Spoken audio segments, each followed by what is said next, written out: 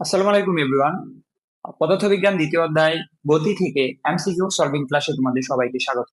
তো বকবক না করে ক্লাসে চলে যাও। তো দেখো, আমাদের একটা এমসিকিউ এখানে দেওয়া আছে, একটি গাড়ির বেগ 2 মিনিটে স্থির অবস্থা থেকে বেড়ে 90 কিলোমিটার পার আওয়ার হলে গাড়িটির ত্বরণ কত?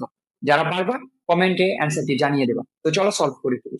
আমাদের সবার প্রথমে কাজ হচ্ছে, দেখো কি কি দেওয়া আছে টি ইজ ইকুয়াল টু 2 মিনিট। কিন্তু আমাদের এটাকে মিনিটে রাখা যাবে না, এটাকে আমাদের সেকেন্ডে করতে হবে। তাহলে হচ্ছে যদি 1 minute is equal two 60 second হয়, 2 মিনিট ইজ ইকুয়াল টু কত? 120 সেকেন্ড। তাহলে টি পাইলাম স্থির অবস্থা, মানে হচ্ছে আদিবেগ। আদিবেগ ইজ ইকুয়াল টু 0। তারপর দেখো বেগ বেড়ে, এটা যদি আদিবেগ হয় ওটা হচ্ছে বেগ বেড়ে শেষ পর্যন্ত কত হয়েছে, 90 কিলোমিটার পার আওয়ার হয়েছে। তাহলে V is equal to 90 kilometre per hour. এটাকে 90 কিলোমিটার পার আওয়ার রাখা যাবে না, এটাকে কি করতে হবে, এইটাকে হচ্ছে আমাদের মিটার পার সেকেন্ড করতে হবে, কারণ আমরা জানি এসআই এককে সমস্ত কিছু করতে হয়। ঠিক আছে, তো এটাকে যদি আমরা মিটার পার সেকেন্ড করতে যাই, তাহলে আমরা কি করব, 3.6 দ্বারা ভাগ করে দিব। কি করব, 3.6 দ্বারা ভাগ করে দিব। 3.6 দ্বারা ভাগ করলে আমাদের অ্যান্সার আসতেছে 25 মিটার পার সেকেন্ড।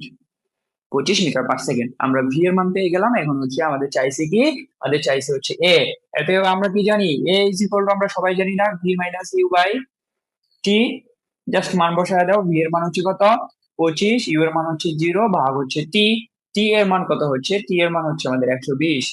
তো এটাকে যদি আমরা ভাগ করি আমাদের অ্যান্সার আসবে 0.208। তার মানে আমাদের কাঙ্ক্ষিত অ্যান্সার হচ্ছে গ। এখন যাদের অ্যান্সার মিলছে তাদের সবাইকে কংগ্রেচুলেশনস। আর যাদের মিলে নাই, এখন তো বুঝতে পারছো। আর যারা পারো তারা কমেন্ট করে জানিয়ে দাও। কমেন্ট করে যারা সর্বোচ্চ সংখ্যক বার সঠিক উত্তরটি কমেন্ট করবে, তাদের জন্য রয়েছে শূন্য সমাধানের পক্ষ থেকে আকর্ষণীয় পুরস্কার। ধন্যবাদ।